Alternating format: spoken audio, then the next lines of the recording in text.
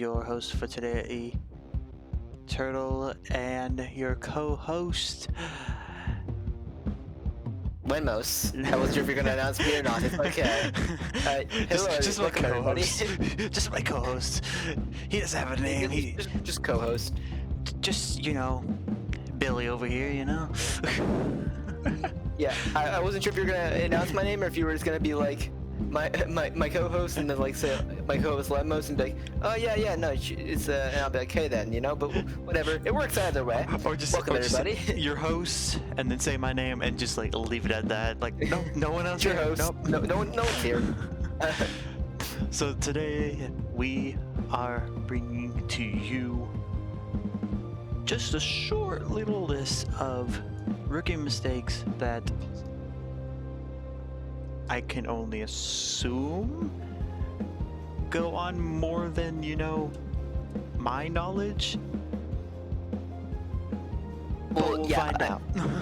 I mean, some groups have different problems than others, and some groups is the part of the GM, some groups is not, and some groups don't even really have problems, it just kind of works for them.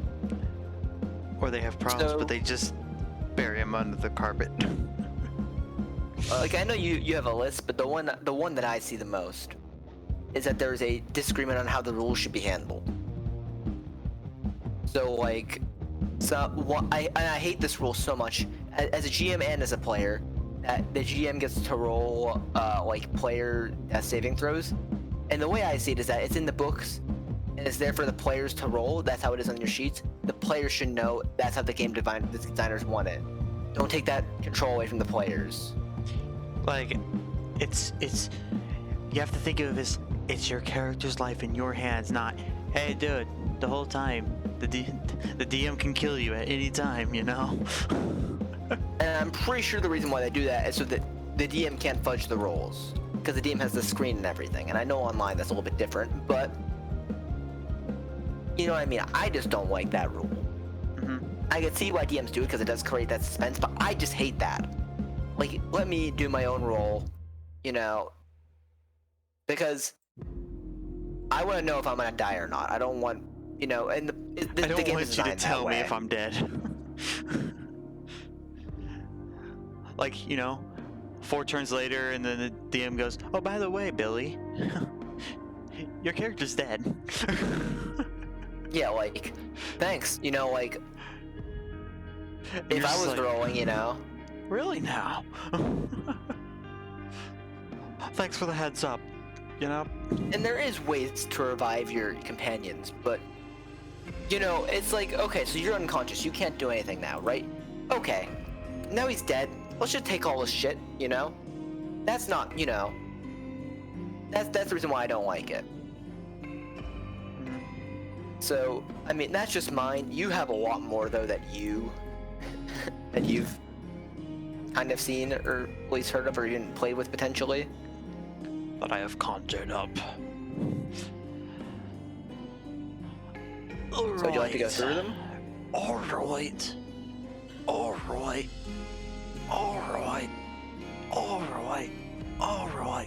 So, there is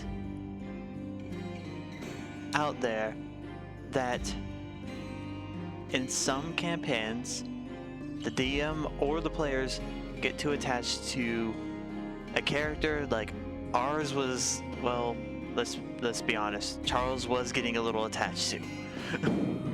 Okay, but here's the thing with Charles, is that everyone actually liked him other than Sam. Like, I could see, if he died, so many people in the group would be like, why you do this to us? That's not even really a problem, but the problem was, what that happened with Charles was that I tried to take him away, and when he wasn't there, you guys were like, we're missing something. And I was like, so he has to stay there. I can't take him away. Yeah. So, or people get attached, not really the players, but DM gets attached to a villain, and then for some reason they would bring it back in another campaign. You're just like, but he died. He died. He died. I don't really ever see why DMs do that, though, because as a DM, you should design your villains in a sense that, you like to play them, but they're unliked enough by the group that they're meant to be defeated in some capacity. And I understand if they're not killed, maybe they can come back. But normally, like, if you defeat a villain, you're not gonna leave him in his evil tower to complete his ritual. You're gonna, you know, bring him into, you know, civilization, throw him in a jail cell, and then forget about him for, you know, a few centuries. But, you know. Yeah. Now this last one kind of ties into the next point, is like the setting and location, but that mostly falls in for like the DM, because like, you know, the DM like spends so much time putting like the world together, but then like they would find themselves like making this one town or location like very like fancy and everything. Like if you're like you're entering the town, like you automatically know that the DM has spent so much time on it by just hearing like how they describe right when you enter the town. Like you see a farmer over here, and then you see all these wonderful houses with bricks and cobblestone, and then like he just like 10 minutes in, you're just like, okay, are you done describing this town? I want to keep on playing. And then like when you're leaving the town, they kind of like go like the character like the NPCs in there go like, oh, if you guys want to, you guys can like, you know, have a house over here. And it's just like, are you hinting that you want these people to have this as like their place? Like, just stay here forever?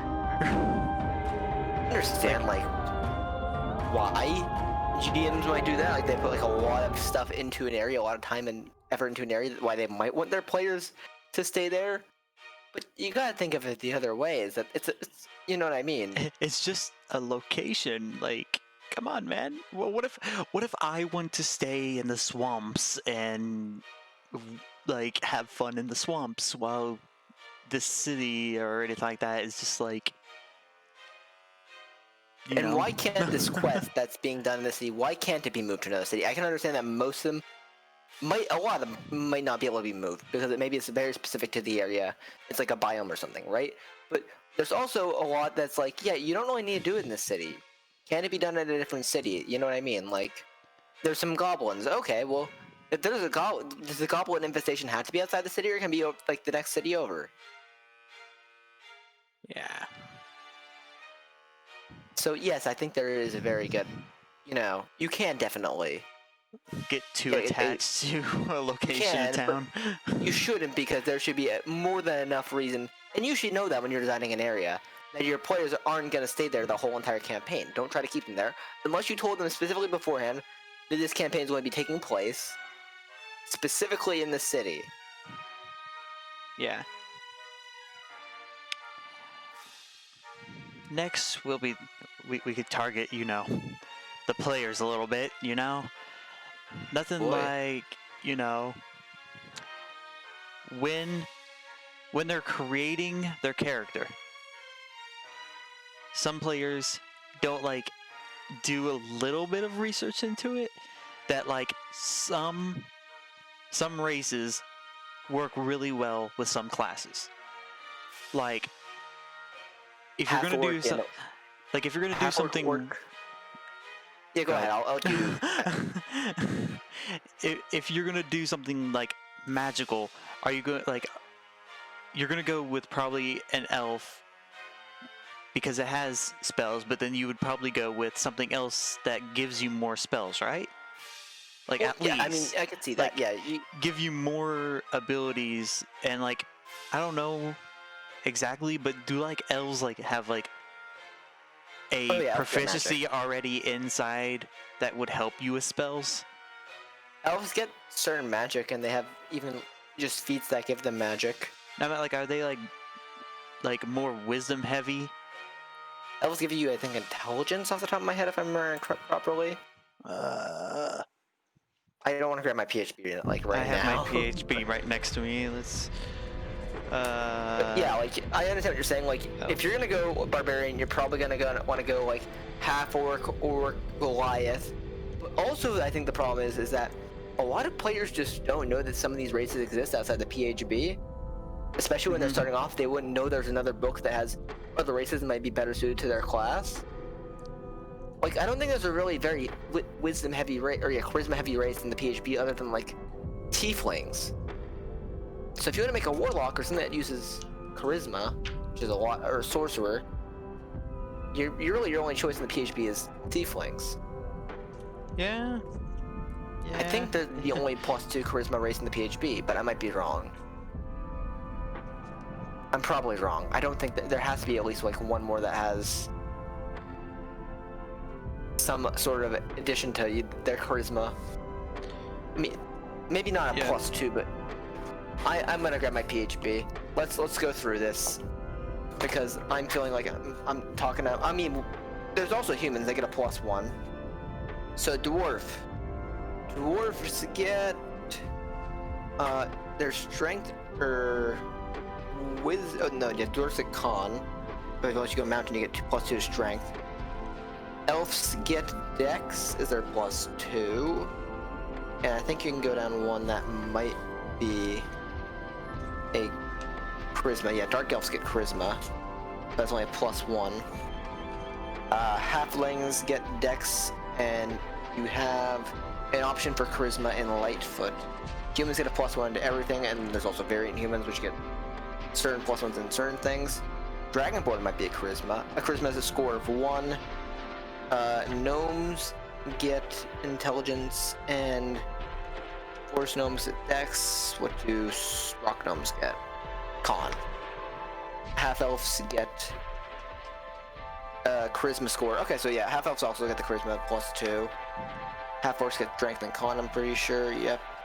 And then tieflings get a charisma of it. Yeah. Okay, so yeah, technically, your only two choices in the PHP are half elf and tiefling for your warlocks, your sorcerers, and that kind of stuff. Which, like, I get if you like want your character to look a certain way, but like, what would help you out more? Your aesthetics, or like your actual abilities of doing stuff. I would rather look butt ugly, but can kick butt. Okay. Yeah, I think the problem is with that is really just min-maxing, and I'm pretty sure even that when Tasha's comes out, that's gonna get rid of that, because essentially what's gonna happen when Tasha's comes out is that you get all your abilities of your class, right? But your ability score you can basically trade out for any other ability score as long as it wasn't one you already chose. We saw it in like the recent whatchamacallit. What's the name of the thing that just came out for Adventurers League? The season whatever. But anyways, we saw that that's already available in Adventurers League, the thing in Tasha that's gonna probably allow you to just change out your ability scores for a little bit more diversity in your players, or I guess your characters. So that's kind of been fixed to an extent. But I mean, then again, you have to buy the book to know that, unless you just know it's in the book. Unless you find it, bootlegged out there somewhere, but Well, you're not gonna find that. But no, new players aren't gonna know that still, because they're not gonna know there's probably other books on top of the PHP, the DMG, and the Monster Manual. Mm-hmm. I mean, they might if they're playing with experienced players that already have the books, but they're not gonna know which book they should even buy first, unless they find like some sort of guide online to which one, is the next best thing to get. Yeah. I don't know. I went to see if I could find that, but I don't see the new book though. Tasha's is coming. It was not out yet. It's coming out, I believe. No, I'm not talking about Tasha. I was talking about the other book that you were trying to refer to. Which one? The PHP? No, the adventure one. That's not Tasha. Oh, Sword Coast Adventures guide? I don't know. I'm just gonna close that now. Okay. Okay. Where was I? Oh God, where the heck was I? Oh, that's where I was. Now I could, after talking to you a little bit, after bringing this one up, like, yes, as a DM, like, when you're starting off with like new players, but like after a while of playing with those players, and you still haven't learned about knowing how they want to play, because like you have the casual like players that like they're not gonna rush to go through the whole campaign like going straight towards like try to get to the boss as fast as possible. Like there's some that like will stop by like and like go more for the story than just bum rushing every dungeon right off the bat. Yeah, no, I definitely like the groups that are more just like, hey, let's do it, and then there's the min-maxing groups that I'm like, listen guys, like, calm down. If I don't want to get Sentinel and Polar Master as my feats because I'm a fighter, and I don't want to, you know, do all this stuff in combat, don't make me. Like, listen, I don't care if this subclass is better than this subclass. I just wanted to play, you know, this kind of character, like, and I can understand why they're like, you know, like that, because that might be fun to you, but that's not fun to everybody, so don't push it on everybody either. Like you have to think like, because there's a lot of people that like they would just want to focus on the campaign, but then you might want to just like goof off, like even though like yeah I could have, you know, circumstances that come up later after doing it, but like sure, pick up a gnome and try to do a field goal with them. But yeah, will you probably get wanted in that city? Maybe, but we'll find out later.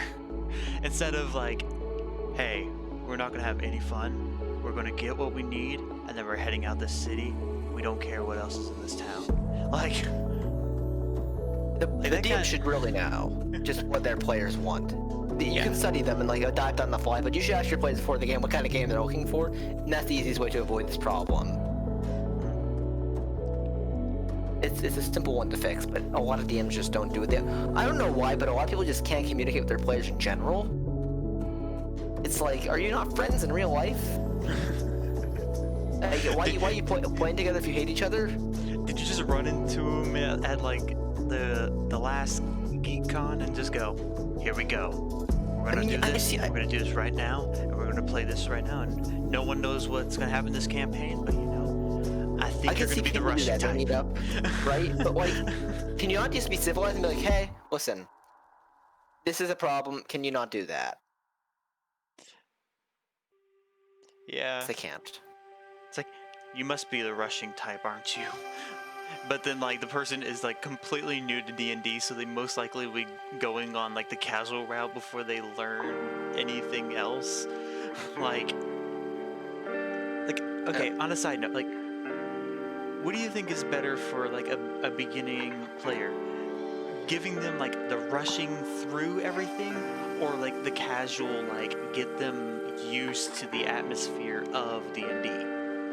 Because I'm pretty sure like you would rather them get used to the atmosphere of like, hey, this is probably like the NPCs that you might meet, and then like you might have this person that will screw you over out of your gold. I think they should know, if they come like playing video games though, they should know that stuff like that might happen. Like you should tell them like if death is a possibility in this game, your character might die, like stuff like that. But you should also actually like, I think the best way to start off with new players is throwing them into a one-shot and seeing how they enjoy it. That kind of like goes back to like the first one of like teaching the play, like the DM teaching the player that your character will most likely die, so don't get like completely attached with this. You could join the campaign again as another character. Yeah, but like also they get so emotional when their character dies. They're like, but I worked like 3 hours on this guy, and it's like, bro. The one thing I don't like is when DMs also don't allow you, when your character dies, to literally just make a different, like in the middle, like let's just say mid-session, right? Literally just give the characters their sheet back. Don't make them get rid of it. Don't make them burn it. Don't allow them to not use it. Literally just let them make their brother that's basically the same exact character with the same exact items. And I understand like maybe like that player might have died with like some rare artifact that only one of them exists in the universe. If that is the case, then just get that. That's like the one. Just tell them they're not allowed to bring that back. That's like the one thing they're not allowed to have, on their news sheet. And I'm pretty sure they'd be understanding of that. Let's see. A new DM experimenting with dungeons and just monsters in general. Like making it very difficult. But like the thing is there's two sides of the dice on that one. They could be new DMs that are making it difficult because they don't know what they're doing, so they end up accidentally making it too difficult. Or one of the DMs that were DMing one of their campaigns that was completely like they accidentally killed his character, so when he's DMing, he decides, I'm gonna be mean and I'm gonna have a level 10 mimic just tear off his face. Like This is one of my pet peeves. Like, I don't know why you refer to them as level 10 mimics, because that's not how they work for freaking monsters. It's CR, it's not level. Okay, CR. Either way, difficulty. Like, I know they're probably like difficulty 1, right? CR. Mimics are like CR 2 or 3. They're not like the easiest thing, but they're hard enough that it can give like a lower level group some problems. But like, you don't just go, okay guys, you guys are all like level 2. I'm gonna like destroy you guys all right now. And that could either be because of that, or they literally just want to end it because they're bored. Which, like, I can get it that like you can have burnout and everything like that, but like the thing is, then you just say, guys, I have a burnout. Not, hey, I'm gonna end this campaign by like slaughtering you guys like straight off. And then you guys don't even know that I was just burned out or anything like that. I just wanted to get it done. If you're burned out, just tell your characters or your players, hey, listen guys, I'm burned out.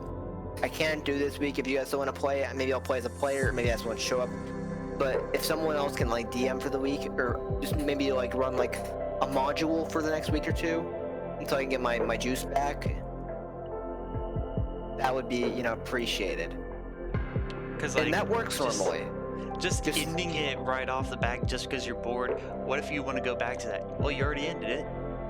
Good for you. Communicate with your players, and I can understand if the whole entire like campaign's been going for like a year and a half, and the players are like, listen, we need a break. Like the campaign is good and stuff, but like we've been playing this for like a year and a half. I want a small little change of pace. We'll come back to this later. That also works. Just the main takeaway of mainly on this podcast for today is literally just communicate. Just communicate. Honestly, yes. So you communicate with your players. Oh, go ahead. I was just saying, if you communicate with your players, everything will be easy. But yeah, you can go on. So the next one, I'm not really sure like how it would be like good or bad, but like when a party is like their characters' alignments are literally completely different. So like one scenario, everyone else is like, okay, we're gonna do this, like we're gonna enter the city and we're all gonna try to be like as lawful as possible. And then you have this one guy that literally, like, we have the wizard and just goes, I have an idea.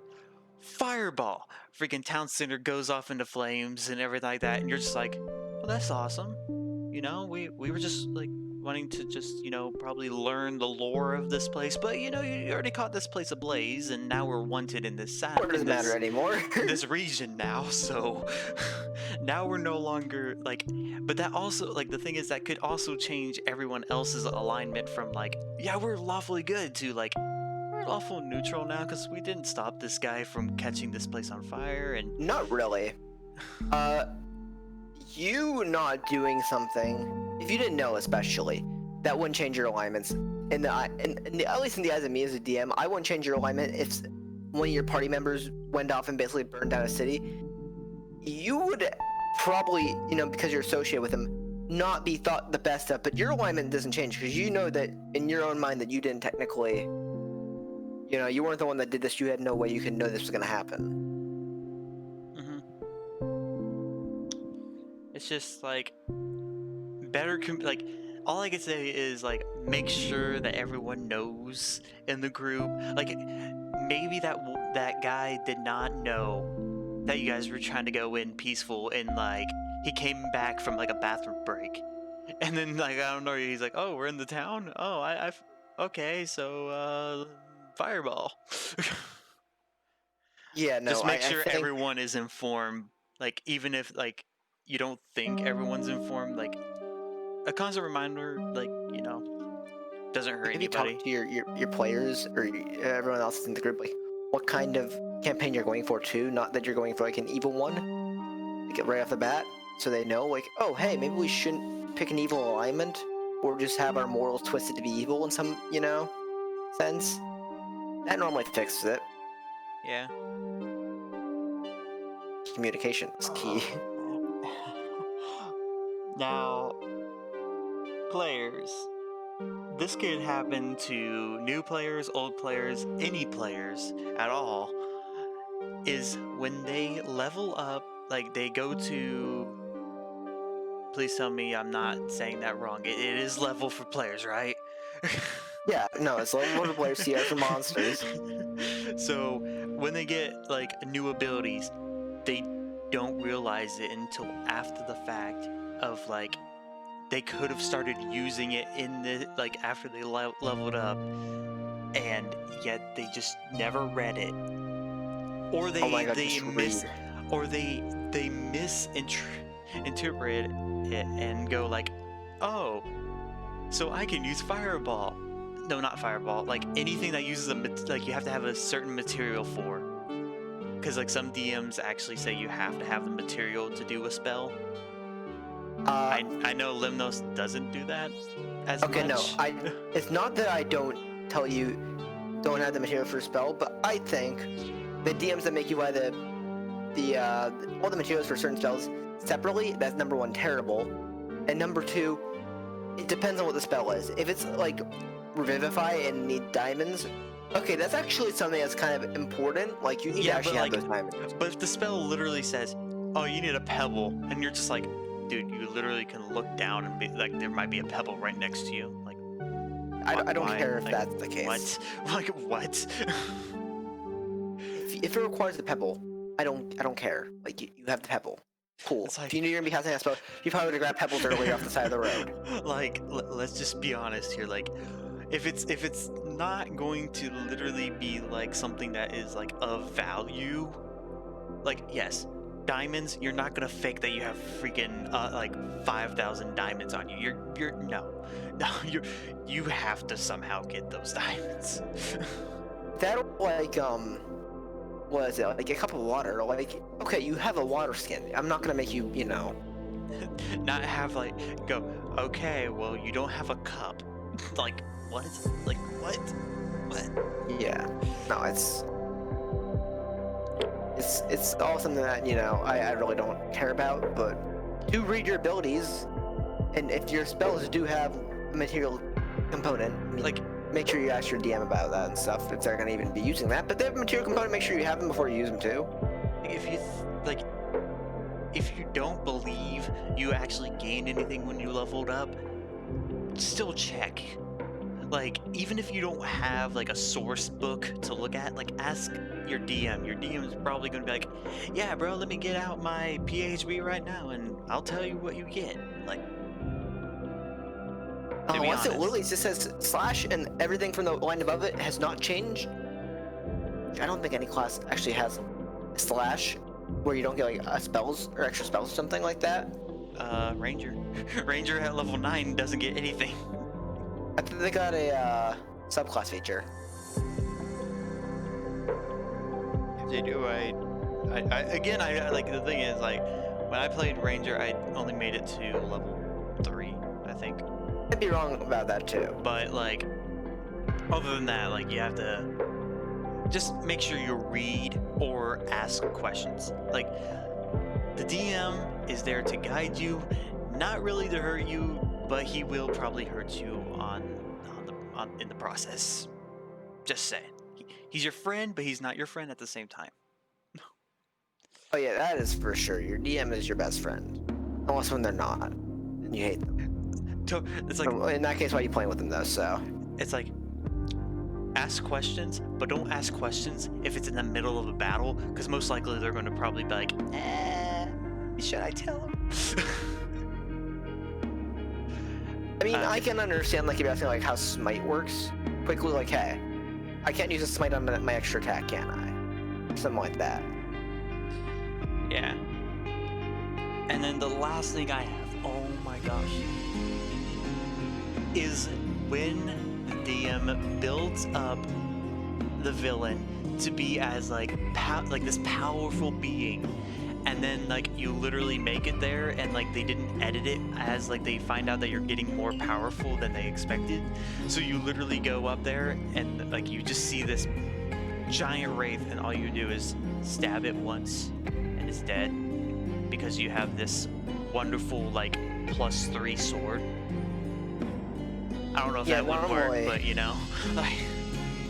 Normally what I end up having happen is that if really it's that bad, what I do is I say I add some resistances on the fly, I add some extra hit points on the fly to make up for what they should have lost, and I'll add them. Maybe I'll give them some spells or something they can cast as like a legendary action or something like that. They get like legendary actions and stuff on the fly as well.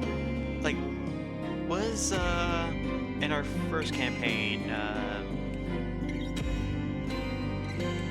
God, what is his fucking name? Zekarin. Did you have to modify him when we got to him? No. Or was just him? Yeah, no, that was him. He was actually just that hard. I sent him a set 1,000 hit points, and every time you went down 100 hit points, you felt a dark force overcome you, and you took like 10d10 necrotic damage. That's why, like, after we found, like, the thing is, like, when we found out it was something around 100, we tried our best to like get as close to 100 without actually reaching it or going over. You're like, okay, how can I make sure it doesn't go over 100 so it hits the next person, not me? But the thing is, we would be over here going like, okay. We're like, I got this, and we're like, Divine Smite, and we get a freaking natural 20, and you're just like, you feel a great darkness come upon you. And you're like, oh no. A turn where like he like did like a 5th level smite or something like that, and I'm like he somehow like crit on it, and I forget, and he had like Divine Fate, he had like a bunch of status like buffs there, and he somehow did like over 200 damage, and I'm like, oh no. And I was just like, I was like, thank God that he, like, before he did that, because like my movement speed was still only 30. And so yeah, no, I remember that one of those recoils almost killed Mew, and I was like, oh shoot! Had him push everyone back, and then everybody, like, I was the last turn every round, so everybody made it back next to him, and then he did that mega smite on everyone, and I was just like, oh god, if I was there, I would have like went completely just dead. I would have need Revivify, because like I was there with 105 hit points. Everybody else is up there like in the high hundreds, and I'm like, dude. Well, you didn't have really amazing rolls, number one, and number two, you were a few levels lower. Yeah. But then again, I was like, please, no. Didn't help that most of the time I kept on going, I'm gonna throw my trident, and you guys are like, why? I'm just like, because I'm thinking, the logical way of, tridents. You don't really think of them as a stabbing thing. I don't think of them as a stabbing thing. I guess they're more of a stabbing than throwing. It was also funny when after he had 2 arcane shots. That whole entire fight, he was an arcane archer, he was like level 4. He misses his 2 shots, like, okay, we bounce it, I'm out. And he's dragging freaking Reaper's body. Yeah, as he's running away, Reaper had to leave. So he like, as described at the start, he's like, after takes one look back and sees that Reaper's body is just like start T-posing there. He runs back towards him and starts carrying him away. And and you get like, oh my god, Efgard's like, you know, like he actually did something good for once in his life. And then he And lost then a his leg. leg gets blasted off. But he pushed through that with like half his movement speed. He was, I think for the next 2 turns, he carried away Reaper without one of his legs. The then, like, a longest turn 2 later- rounds of our lives. It's like, we're like, wait, it's only 2 rounds later and he's getting up now? Like, wait, what? You know, then his, I think he literally like was like limping away with like 4 hit points, missing his leg. And like a few turns later, his leg comes flying back on his body. I described as excruciatingly painful as it was when it got ripped off. He feels the same amount of pain as it reattaches and it boomerangs onto him. I'm like, just think of like, you know, his kneecap just getting smashed against 2 freaking bones. Oh man. Efgar was insane though. I loved him. I was upset that I didn't get to, like, I didn't meet him until like literally we were about to go to the boss fight basically. That's my one biggest regret of that campaign was the way I split up the parties. Because that one party never got to play, which was your party, and the other party was playing almost like every other night. Sometimes it was like every 3rd night. Like they were playing so often over the summer. And I never got a chance for your party to do a thing. Like the because thing is, it was pretty much almost every evening. You guys were doing something, and we're just well, like. you were also not around for a lot of that because you had your duties, but. Yeah, like, but I was expecting, you know, when I think D&D, it's like 1 session, maybe a week or something like that, not a nightly thing. Well, I wanted to play nightly, and some of them were actually up to play nightly. I was like, okay, we can I was do like, this. oh my gosh, this is like the most dedicated freaking group ever. Well, also, a lot of it was summer for a while, so a lot of us didn't actually have any like work to do. We were bored. So, I'm sorry, work. I have work. well, yeah, I mean, you're signing yourself up for duty. I didn't. Okay, like, or for service, or for what? I'm not sure what you call it over there in the. What's the official term for it? So. Servitude? I don't know. Indentured servitude. You also had some other ideas we could actually talk about, though. Wait, what? There was one more idea you had last night that actually that was a pretty good idea we could talk about quickly. It's a short one. Oh, you mean unfair dice? Or weighted dice. Yeah, that's another problem that happens in D&D groups. This isn't really like just in beginner groups, but this is just groups in general. You can explain what you mean, and then I think I'll elaborate on like what I perceive a little bit differently about it. So, when I'm thinking unfair dice, it's like dice that literally are like, you're most likely not going to hit certain numbers, even though it is actually that number. Like a 1d100, I don't know if that's fair, technically. Technically, it's not because sides on a 1d1. So a 1d100 can't be a fair dice because the sides you can tell on a dice when all the dice bases have the same amount of sides. When it has the same amount of sides, that's a fair dice. Like for every like little shape that the number is etched onto. Other than a d4, because the d4 is a little bit different because it's a pyramid. Although you can make them like in the style of a d8 also, and you know then just have 2 1s, 2 2s, 2 3s, and 2 4s on there, right? But the problem is with a D100 is the fact that some of them have like I can grab one, I can just tell all the shapes. I'm pretty sure there's everything from like hexagons to pentagons to like 3-sided shapes on here. Because like technically a 1d4 can be called a fair dice because all sides are still even. Like they're all still the same shape. It's just so you're on most mine, likely going to hit one side or the other. That's the only issue. Okay, so on mine, the few numbers on the top is like 100, 8, 75, 33, 92, 14, 20, 45, 27, 37, 24. I might have gone around all of them now. 75. I think I already said that one. Yeah, they're all hexagons, right? But everything around them like connects to one of those numbers.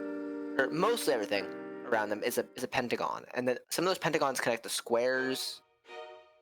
So they're not very fair, because the more surface area you have, the better chance it is going to be to land on that face.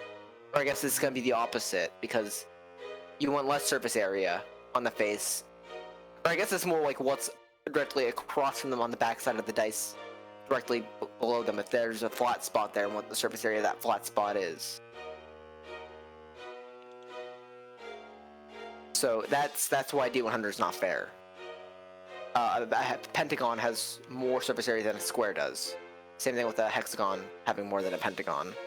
But I could see an unfair dice being literally, it could be a legal dice. I say legal, but then it's going to change definition real fast. It could be a legal dice, like we can call it a legal dice, quote unquote, like a 1d20 or a 1d6 or something like that. But instead of it being like, legal, it's illegal by being weighted. Like, one side will always be rolled. Most or is it D6? I've heard of DMs. 6 on every face? I've heard of DMs literally weighing a dice to be the worst circumstance ever. It will always, if they were if they were the unfair, DMs that, would roll the death saving throws, but it would always land on a 6. So you would always get fails? Even players have this problem, though. There's a guy in my campaign.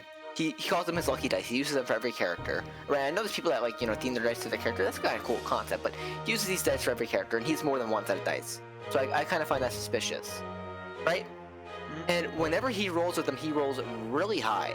And he's also that player that grabs the dice off the table as soon as he rolls it and says I rolled this number. It's there's a little bit of suspicious stuff there. We think he definitely fudges his rolls, and those dice are probably weighted anyways. That he does get good rolls on them. And I also hate it when someone calls you out and says you didn't roll that. And I'm like, listen, man, I definitely rolled that. Because they weren't paying attention. I'm pretty sure that was a 13. I'm like, no, that was an 18. You're across the table from me, and you're looking at it from an angle that's you're probably gonna be able to not be able to see the number exactly right. I rolled an 18, not a 13, man.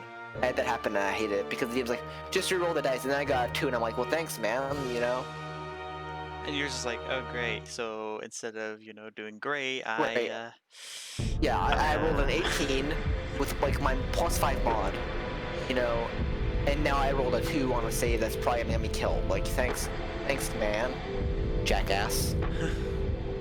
I gave him some Chick-fil-A fries too early that night. I didn't like Chick-fil-A at all, really. I regret eating Chick-fil-A.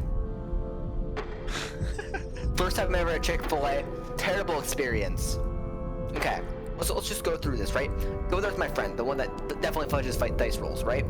We're going off into a D&D session. Okay? So you go to Chick-fil-A. Cool. We order the same exact thing. We order chicken nuggets and fries. Right? He gets his 5 minutes before me. Right? We ordered the same exact time. Okay? Then they give me my chicken nuggets, right? In the middle of them are raw. I don't figure this out until I've walked, how far. Because I'm not eating in front of the Chick-fil-A. I'm going to eat that food at D&D. So I've walked, a good half a mile. And my fucking chicken nuggets are raw. I'm a little pissed off now, right? And I thought I was going to enjoy these chicken nuggets, right? The first time I had them. And no, I didn't. And I already gave my fries because they weren't what I was expecting, McDonald's fries, to the guy that was sitting next to me. So I just checked out the chicken nuggets and I starved for another 2 hours. Oh, so you thought that they were going to have the stirred fries, not the waffle fries? Chick-fil-A fries are so weird. I don't like them. They're called weird. Waffle fries. They're waffle fries. It said fries on the menu. I said I want fries. Yes, because so the thing is it's a heritage. I'm not gonna go through this anyway. No, it's a very, very D&D centric topic. Okay, Chick-fil-A, get better. Okay, there's a reason why there's no chicken rice in D&D. There's a cow race called Minotaur.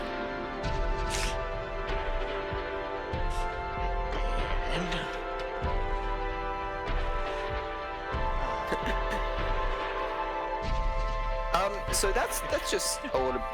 We could probably move on to one more topic we wanted to.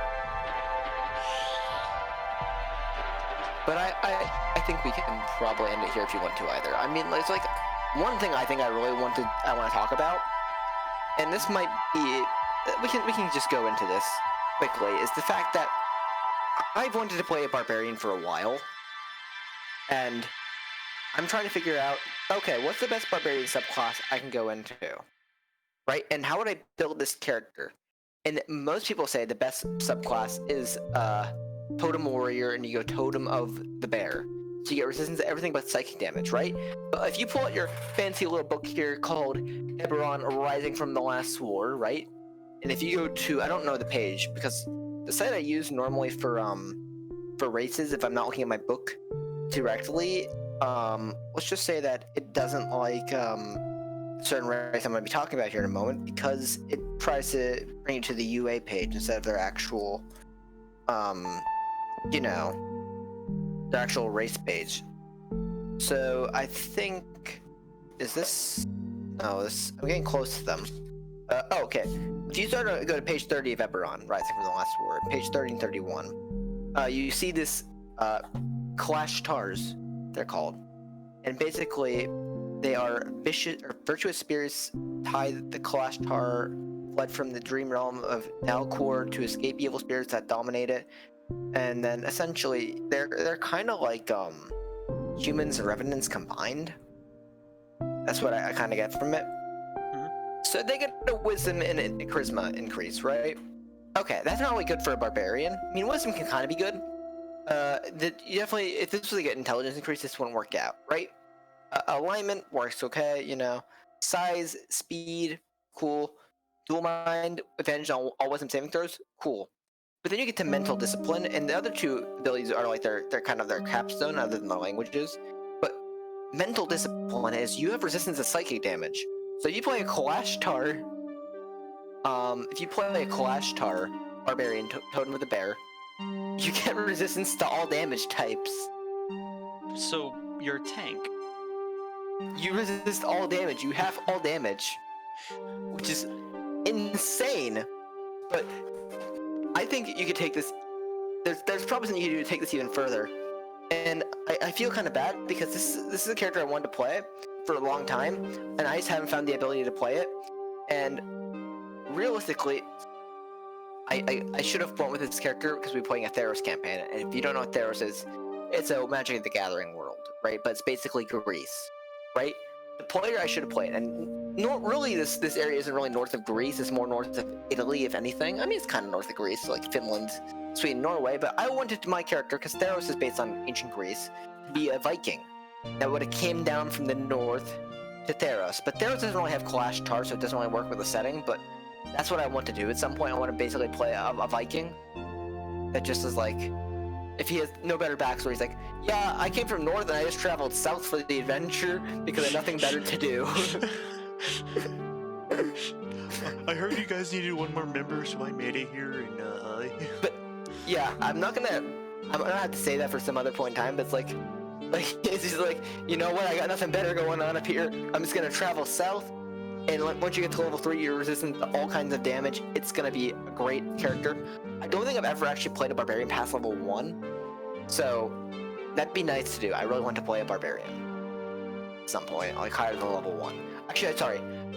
I think I might have played a level 2 barbarian, but it wasn't a straight barbarian. Let me check my my sheets. Or I guess it's more my Google. What's the Excel? What's Google's Excel? Is that Sheets? That is Sheets. Yeah, Google Spreadsheets. Go to Google Sheets. Let me open up. I have a list of my like TTRPG characters. Maybe we'll go over that different podcast or different video even. But maybe look at this. I don't know how far I went with that character. So I had a character named Albatross. And yeah, okay. He was a level 8 fighter, a level 1 barbarian. He went down samurai for fighter. And I have 1 level undecided there because that campaign's on hiatus. So I have 1 level undecided there that I didn't get to really go into because, you know, I just never decided to level him up after, you know, I knew we were told we were leveling up, but I didn't ever level him up because we went on hiatus. So I could have put a 2nd level into barbarian, but it wouldn't matter because I didn't get to play him anyway.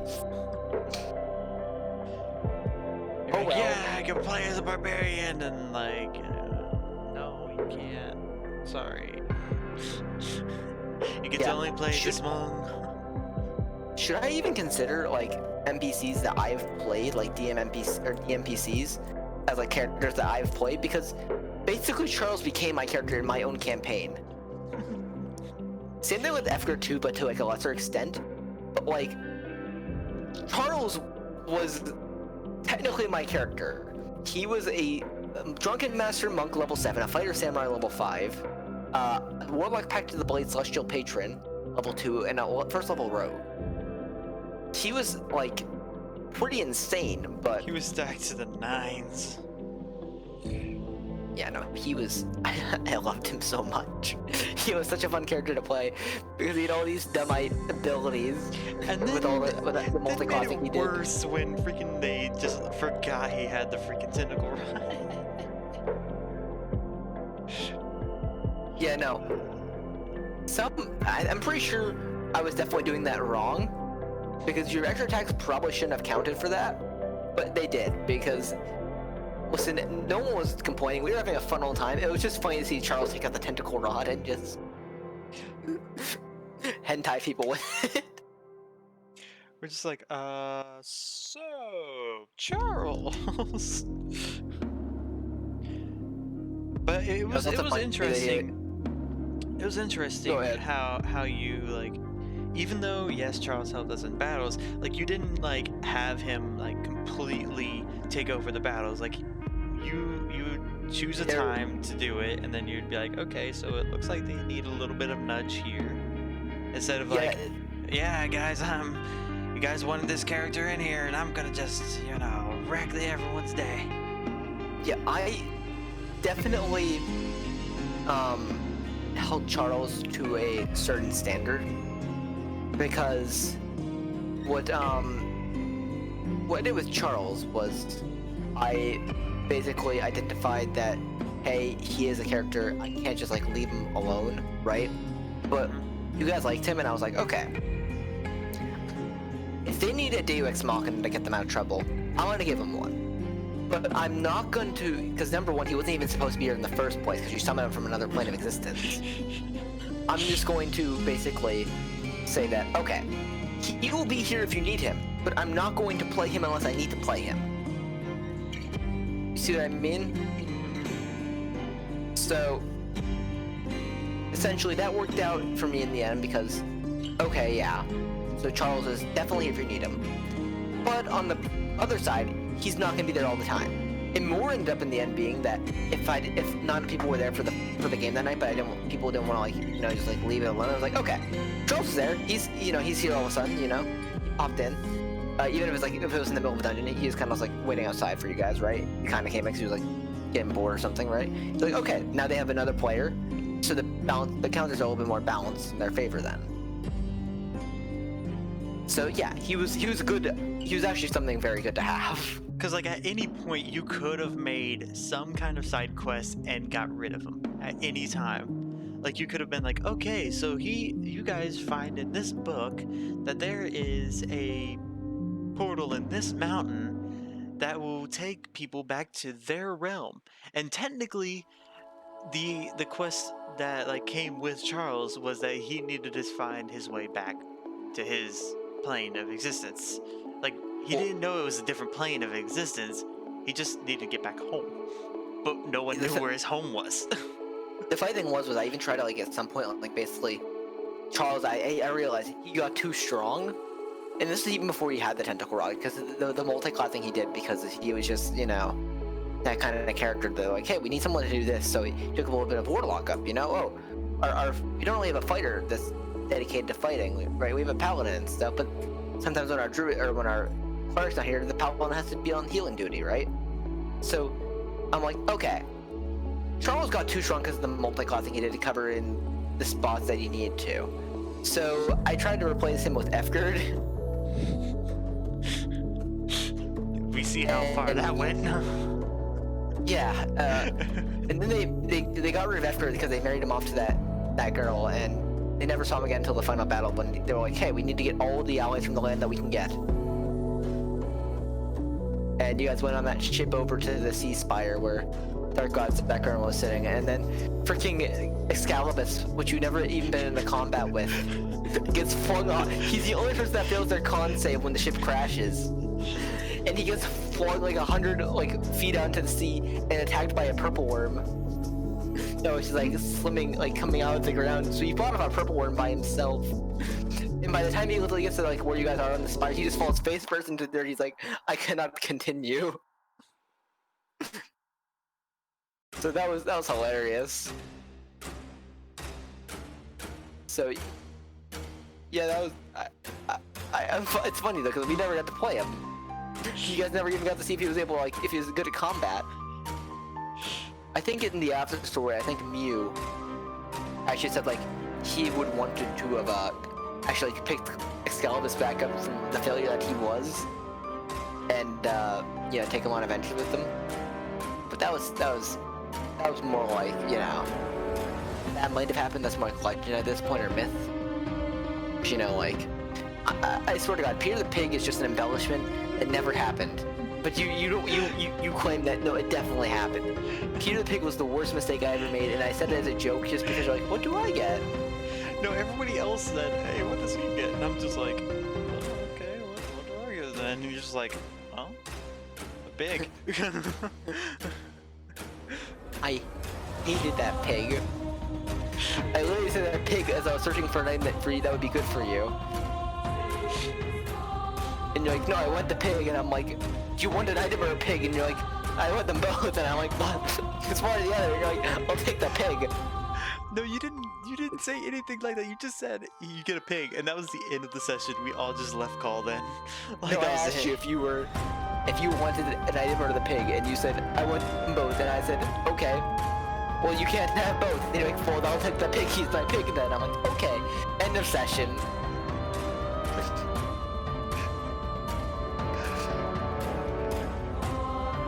I hated that pig so much. He should not have existed.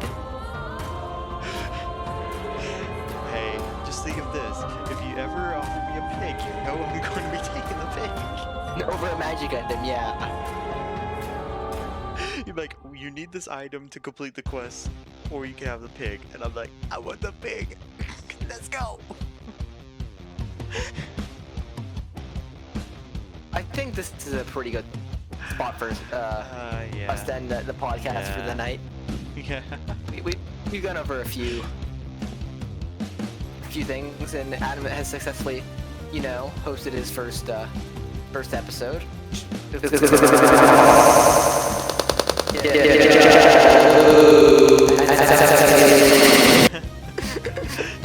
More clapping. If you guys would like to see us talk about anything, please, put it in the description below.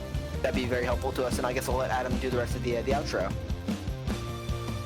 Main giveaway is listen. Or is it main takeaway? Main takeaway is main giveaway. We're not giving anything away, guys, okay? Listen. Just listen. Communicate. Listen. Read. Ask questions. The DM is the DM for a reason. The DM is there to help. Okay, he's the one that created the campaign, so he's there. He knows everything he needs to know about the campaign because he made it. Anyways, thank you guys for joining us for this podcast. If you did enjoy, smash that like button. If you didn't like it, go ahead and tell us down in the comments why you didn't like it. And if you have any subjects that you would like us to discuss in one of our future podcasts, go ahead and comment those down below as well. And we would love to read some of your adventures as well. Other than that, see you in the next podcast. Bye-bye. Don't get them pigs.